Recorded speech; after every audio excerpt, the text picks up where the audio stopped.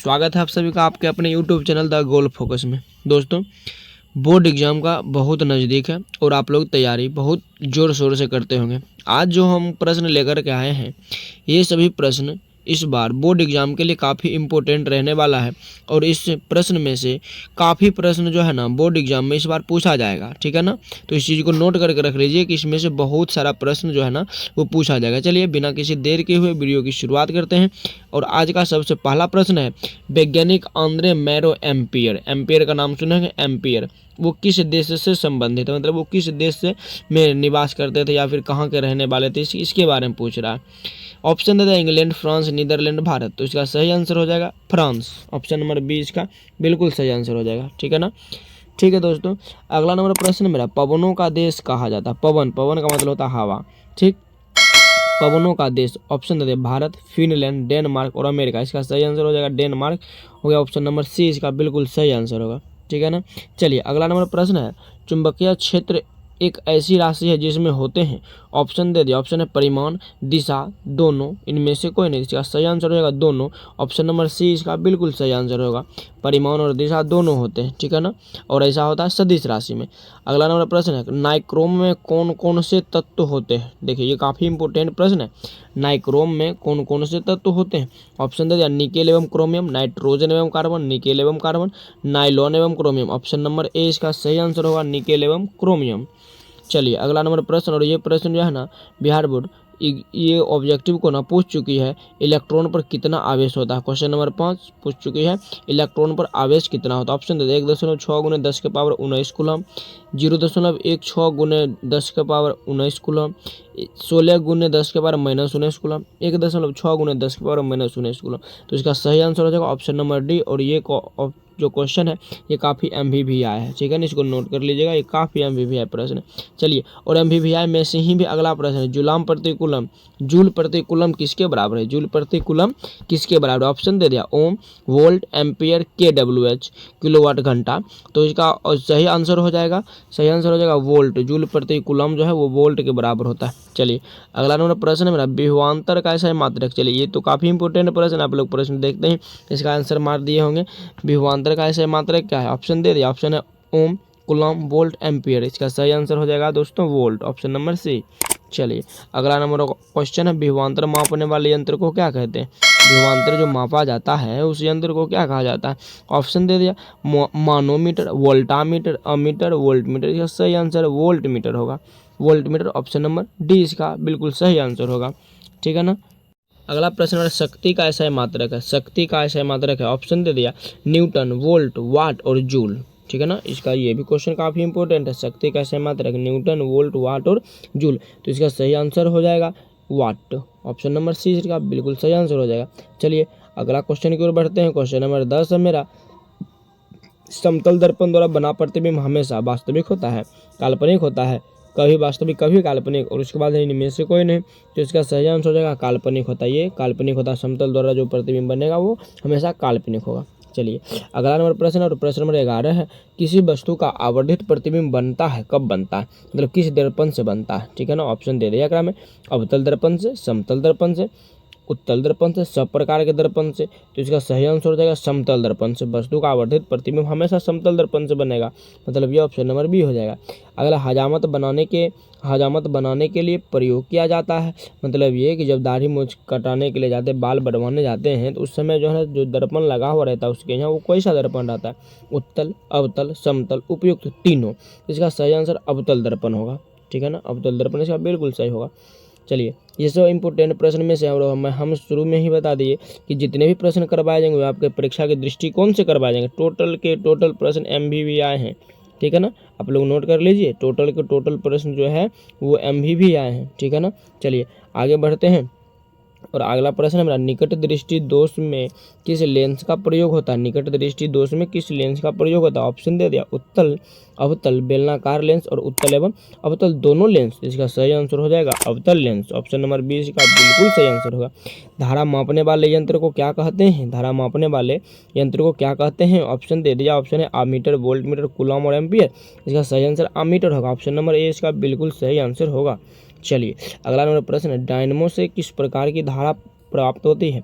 Dynamo जो होता है ओकरा से किस प्रकार की धारा प्राप्त होती है? ऑप्शन देता है दिष्ट धारा, प्रत्यावर्ती धारा, दोनों धाराएं, इनमें से कोई नहीं। तो इसका सही आंसर हो जाएगा दोनों धाराएं, मतलब इस दिष्ट धारा और प्रत्यावर्ती दोनों धाराएं प्राप्त होती है। अगला नंबर प्रश्न मेरा 16 नंबर, आवेश का मात्रक है, आवेश का मात्रक है। ऑप्शन दे दिया कूलम, वाट, एम्पियर और वोल्ट। तो इसका सही आंसर हो जाएगा कूलम। ऑप्शन नंबर ए इसका बिल्कुल सही आंसर हो जाएगा कूलम। चलिए अगला नंबर प्रश्न, नवीकरणीय ऊर्जा का स्रोत है, नवीकरणीय। ऑप्शन दे दिया नाभिकीय ऊर्जा, सौर ऊर्जा, कोयले से प्राप्त ऊर्जा और प्राकृतिक गैस से प्राप्त ऊर्जा, ठीक है ना। तो इसका सही आंसर हो जाएगा सौर ऊर्जा। ऑप्शन नंबर बी इसका बिल्कुल सही आंसर होगा। चलिए दोस्तों, अब हम लोग क्वेश्चन नंबर 18 पर आ गए हैं और उम्मीद करते हैं कि यहाँ तक के सारे प्रश्न आपको अच्छे से समझ में आए होंगे। अगला नंबर प्रश्न है मेरा, इनमें से कौन अधातु होते भी चमकीला होता है? देखिए क्वेश्चन को घुमा दिया, कहा दिया इनमें से कौन अधातु होगा लेकिन चमकीला होगा? ऑप्शन दे दिया कार्बन, ब्रोमीन, आयोडीन और इनमें से कोई नहीं। तो इसका सही आंसर हो जाएगा आयोडीन। आयोडीन जो है ये अधातु है, लेकिन आप लोग देखते होंगे चमकीला भी होता है, ठीक है ना। चलिए अब आगे प्रश्न की ओर बढ़ते हैं। प्रश्न नंबर 19, प्रश्न नंबर कितना दे दिया 19, और ये बच्चा वाला प्रश्न पूछ दिया, कार्बन की परमाणु संख्या कितनी होती है? ये तो आप लोग क्लास 8 में से आप लोग को पढ़ाया जाता होगा, कार्बन की परमाणु संख्या कितनी होती है? ऑप्शन दे दिया 2, 5, 6, 8। तो इसका सही आंसर क्या होगा? आप लोग कमेंट करें। ऑप्शन नंबर सी इसका बिल्कुल सही आंसर होगा। चलिए एक इक्वेशन दे दिया Pb+CuCl2, और ये जो है ना जब बनाता है रिजल्ट देता है PbCl2+Cu, उपयुक्त रासायनिक अभिक्रिया कैसी रासायनिक अभिक्रिया? ऑप्शन के अनुसार इसको मारेंगे। ऑप्शन है विस्थापन अभिक्रिया, द्विविस्थापन अभिक्रिया, वियोजन अभिक्रिया और इनमें से कोई नहीं। इसमें देख रहे हैं सब अपने अनुसार मारेंगे, ऑप्शन के अनुसार मारेंगे और देखेंगे कि विस्थापन है, वियोजन है, द्विविस्थापन है कि इनमें से कोई नहीं। देखिए सबसे पहले हम देखते हैं विस्थापन है या नहीं। Pb है, Cl2 है, विस्थापन ही लग रहा है, लेकिन आगे ऑप्शन को देख लेते हैं, आगे कुछ है वियोजन है। द्विविस्थापन मतलब दो यौगिक विस्थापित तो नहीं हो रहा है और इनमें से कोई नहीं। इसका सही आंसर हो जाएगा विस्थापन अभिक्रिया। ऑप्शन नंबर ए इसका बिल्कुल सही होगा, ठीक है ना। अगला नंबर प्रश्न है 21, लोहे से जिंक को लेपित की क्रिया को क्या कहते हैं? लोहे से जिंक को लेपित की क्रिया को क्या कहते हैं? ऑप्शन है संक्षारण, गैल्वेनीकरण, पानी चढ़ाना और विद्युत अपघटन। तो इसका सही आंसर हो जाएगा गैल्वेनीकरण। क्वेश्चन पूछता है सब्जेक्टिव में भी गैल्वेनीकरण क्या है, और गैल्वेनीकरण के बारे में तो बता ही दिया गया, जब लोहा से जिंक को लेपित किया जाएगा तो इसी प्रक्रिया को गैल्वेनीकरण कहा जाएगा। मतलब ये आपको शॉर्ट टाइप से 2 नंबर वाला जो पूछेगा उसके लिए भी क्वेश्चन जरूरी हो गया, ठीक है ना। चलिए ध्यान से देखेंगे क्वेश्चन को। क्वेश्चन है जस्ता तथा तनु हाइड्रोलिक अम्ल की अभिक्रिया के फलस्वरूप निम्न में से कौन सा गैस बनता है? जब जस्ता और तनु हाइड्रोलिक अम्ल की अभिक्रिया करता है इसके फलस्वरूप कौन सा गैस का निर्माण होता है? ऑप्शन दिया carbon dioxide, nitrogen, hydrogen, sulphur dioxide. इसका सही आंसर हो जाएगा हाइड्रोजन। ऑप्शन नंबर सी इसका बिल्कुल सही आंसर होगा। चलिए अगला नंबर प्रश्न, निम्न में से कौन अधिक अभिक्रियाशील है? ऑप्शन है Cu, Hg, Ag, Au। इसका सही आंसर होगा Cu मतलब कॉपर। ऑप्शन नंबर ए लेकिन इसका बिल्कुल सही आंसर है। 24 नंबर प्रश्न, निम्न में से कौन अधातु है? Fe मतलब लोहा, C मतलब कार्बन, Al मतलब एल्यूमिनियम, Au मतलब सोना। सोना का संकेत Au है। चलिए तो आप लोग इसमें बताइए ना कौन सा आंसर सही होगा इसका। ऑप्शन नंबर कितना हो जाएगा? चलिए 24 का ऑप्शन नंबर हो जाएगा बी सही, कार्बन। कार्बन एक प्रकार का अधातु है, बाद बाकी सभी धातु हैं। कैल्शियम जिसका संकेत Ca होता है, बोल दे इसकी परमाणु संख्या कितनी होती है? तो ऑप्शन दे दिया 12, 13, 19, 20। तो इसका सही आंसर हो जाएगा 20। ऑप्शन नंबर डी इसका बिल्कुल सही आंसर हो जाएगा। चलिए सिलिका, बोला सिलिका क्या है? ये एक प्रकार का तत्व है, लेकिन वो तत्व किस श्रेणी में आते हैं? धातु वाले श्रेणी में कि अधातु वाले या उपधातु या इनमें से कोई नहीं? तो इसका सही आंसर हो जाएगा इनमें से कोई नहीं। ये धातु अधातु उपधातु नहीं है। अब क्या है वो आप कमेंट बॉक्स में करेंगे। अगला नंबर प्रश्न, नाइट्रोजन अणु में कितने सहसंयोजक बंधन होते हैं? ऑप्शन दे दिया 1, 2, 3, 4, ठीक है ना। तो इसका सही आंसर हो जाएगा 3। चलिए संगमरमर का रासायनिक सूत्र क्या होता है? ऑप्शन दे दिया CaCO3, MgHCO3 का होल टू एस, CHCO3 का होल टू एस, MgCO3 का होल टू एस। तो इसका सही आंसर हो जाएगा ऑप्शन नंबर ए CaCO3, जिसे अपना लोग कैल्शियम कार्बोनेट के नाम से भी जानते हैं। अगला है सोडियम कार्बोनेट का सूत्र क्या होता है? सोडियम कार्बोनेट ऑप्शन दे दिया, ऑप्शन 4 आपके सामने में दिया हुआ है और ऑप्शन के अनुसार आप लोग इसका आंसर मारेंगे। चलिए 29 नंबर का सही आंसर हो जाएगा Na2CO3। ऑप्शन नंबर ए इसका बिल्कुल सही होगा। अगला नंबर प्रश्न है सिंगल बॉन्ड CHO, ये CHO है क्रियाशील मूलक, इसका क्या है, इसको क्या कहते हैं, ये जो लिखा हुआ 30 नंबर क्वेश्चन आपको जो स्क्रीन पर दिख रहा है, इसका क्रियाशील मूलक को क्या कहेंगे। ऑप्शन दे कीटोन, एल्डिहाइड, एल्कोहल, कोई नहीं। इसका सही आंसर क्या हो जाएगा, एल्डिहाइड हो जाएगा। इसको एल्डिहाइड का नाम जानते हैं, ऑप्शन नंबर 20 का बिल्कुल सही होगा। अगला नंबर प्रश्न है सबसे कठोरतम तत्व कौन सा है। ऑप्शन दे पत्थर, हीरा, कार्बन, ऑक्सीजन। पत्थर तो तत्व है नहीं, और बाद में की बचा हुआ वाला में से आप लोग दिमाग लगाइए और क्या होगा। चलिए 31 नंबर प्रश्न है मेरा ये, और 31 का सही आंसर हो जाएगा हीरा। हीरा सबसे कठोरतम तत्व माना जाता है, ऑप्शन नंबर 20 का बिल्कुल सही होगा। अगला नंबर प्रश्न है अक्रिय तत्व कौन सा है। ऑप्शन दे दिया कार्बन, हीलियम, सोना, हाइड्रोजन। ऑप्शन नंबर 20 का सही होगा हीलियम, हीलियम। चलिए अगला नंबर प्रश्न है मेरा, और प्रश्न है आधुनिक आवर्त सारणी में तत्वों के वर्गीकरण का आधार क्या है। ऑप्शन दे दिया परमाणु आयतन, परमाणु घनत्व, परमाणु द्रव्यमान, परमाणु संख्या। इसका सही आंसर हो जाएगा परमाणु संख्या। आधुनिक आवर्त सारणी जो है वो वर्गीकरण किया गया परमाणु संख्या के आधार पर। ठीक है, अगला देखिए 34 नंबर क्वेश्चन को फिर से दोहरा दिया, इसका मतलब ये क्वेश्चन काफी इंपॉर्टेंट है। हीलियम कैसा तत्व है, हीलियम कैसा तत्व है। ऑप्शन दे दिया, ऑप्शन दे दिया अक्रिय, क्रियाशील, सक्रिय, उदासीन। तो इसका सही आंसर क्या होगा दोस्तों, अक्रिय होगा। चलिए ना ऑप्शन नंबर ए इसको मारिए। 35 नंबर प्रश्न पर आ गए हैं।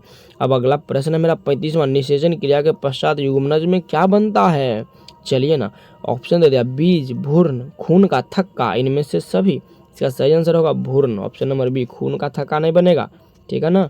अगला नंबर है अवशेषी अंग का उदाहरण है, अवशेषी अंग का उदाहरण है कर्ण पल्लव की पेशियां, पुच्छ कशेरुकाएं, निषेचक पटल, इनमें से सभी। इसका सही आंसर इनमें से सभी होगा, सब इसमें अवशेषी अंग ही है, ठीक है ना।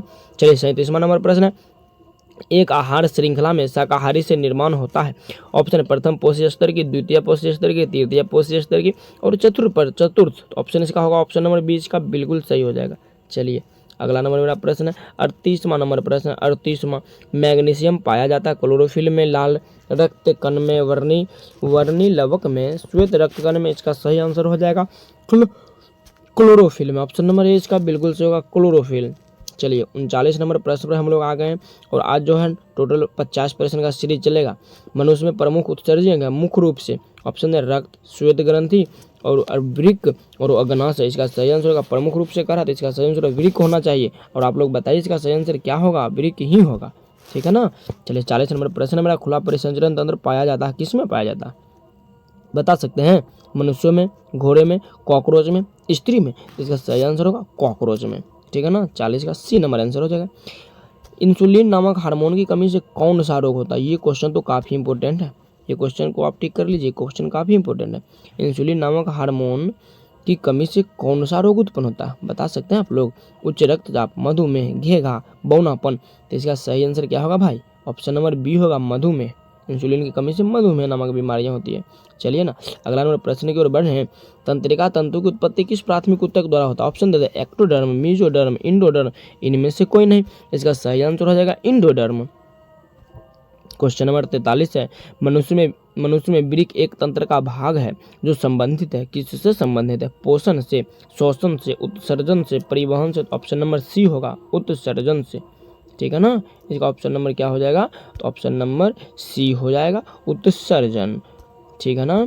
चलिए अगला नंबर प्रश्न है मेरा, और प्रश्न है दही के जमने में निम्नलिखित में से कौन सी क्रिया होती है। दही को जमने में कौन सी क्रिया होगी, अपघटन का, प्रकाश संश्लेषण का, किण्वन का, उत्सर्जन का। तो इसका सही आंसर क्या हो जाएगा, सही आंसर किण्वन हो जाएगा, ऑप्शन नंबर सी, ठीक है ना।